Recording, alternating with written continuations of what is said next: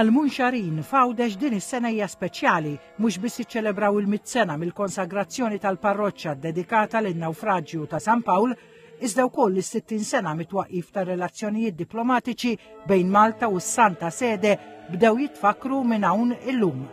Din il-komunità Uċija għandha l-uniku parroċċa Fawdex iddedikata lin-nawfraġġju ta' San Pawl. U llum fil-Munxar ingħata ġieħ lill-Patrun San Pawl bil-festi fil-Knisja l-festa liturġika.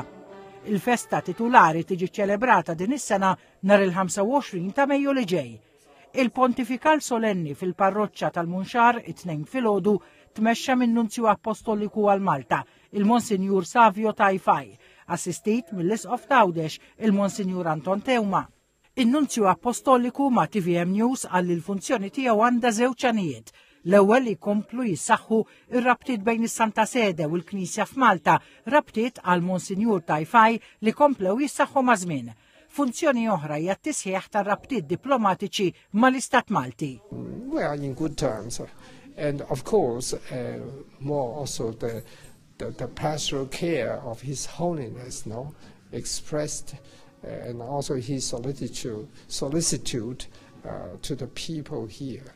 And here, I've been here only for about 2 years, but I find the people here very cordial, and they have very good Christian traditions.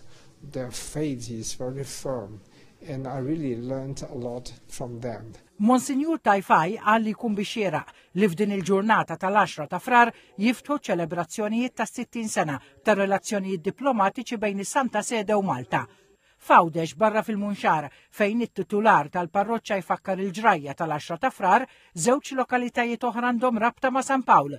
Il-parroċċa tan-Nadur iddedikata lil martirju ta' San Pietru u San Pawl nhar l-Imnarja, waqt li l-komunità ċkejkna ta' Marsalforn ukoll tiċċelebra l-konverżjoni tal-Apostlu tal-Ġnus San Pawl.